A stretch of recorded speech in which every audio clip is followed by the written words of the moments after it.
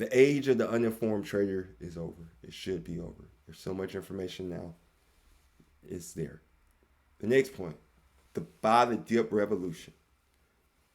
Now let's talk about the most impressive behavioral trade of 2025. The sheer resilience and conviction of retail investors. Retail buyers during the Liberation Day tariff scare of early April, when sudden geopolitical risks caused widespread panic, the S&P 500 dropped almost 20% from its peak.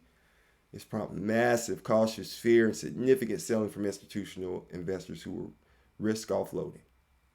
However, institutional investors responded fundamentally different. They didn't panic sell, they leaned in. They invested a record of $155 billion in the first half of 2025, absolutely shattering previous records, even exceeding the peak capital seen during the 2021 meme craze.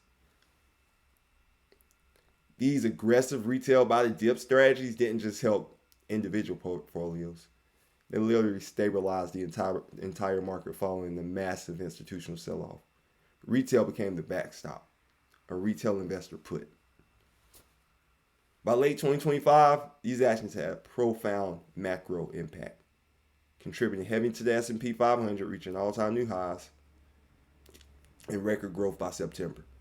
The market recognized the strength of decentralized capital, providing the collective retail action is a powerful stabilizer rather than just a disruptive force. The options revolution and zero-day trading options. That's was another powerful thing. The resilience was paired with a massive surge in sophisticated trading instruments.